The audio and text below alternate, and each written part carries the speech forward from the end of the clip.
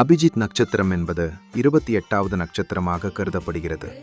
இது வெற்றியை தரும் மிகச்சிறந்த நேரமாகும். உத்திராடம் 4ஆம் பாதம் மற்றும் திருவோணம் 1ஆம் பாதத்திற்கு இடையில் இருக்கும் 24 நிமிட காலமே அபிஜித் நட்சத்திரமாக கருதப்படுகிறது. சக்தி வாய்ந்த இந்த 24 நிமிடங்களை தவறவிடாமல் வழிபாடு செய்து பயன்பெறுவோம். வழிபாட்டு முறை: 2 நெய் விளக்குகளை ஏற்றி கிருஷ்ணர், சிவன் அல்லது தங்களுக்கு விருப்பமான தெய்வத்தை மனதில் நினைத்து அபிஜித் மந்திரத்தை பாராயணம் செய்தால் நினைத்த காரியம் நிறைவேறும்.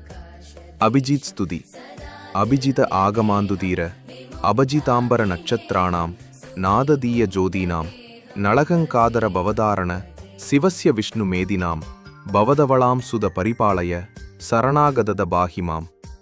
இந்த நேரத்தில் நாம் பாராயணம் செய்யும் மந்திரங்கள் 1000 முறை பாராயணம் செய்ததற்கு சமம்.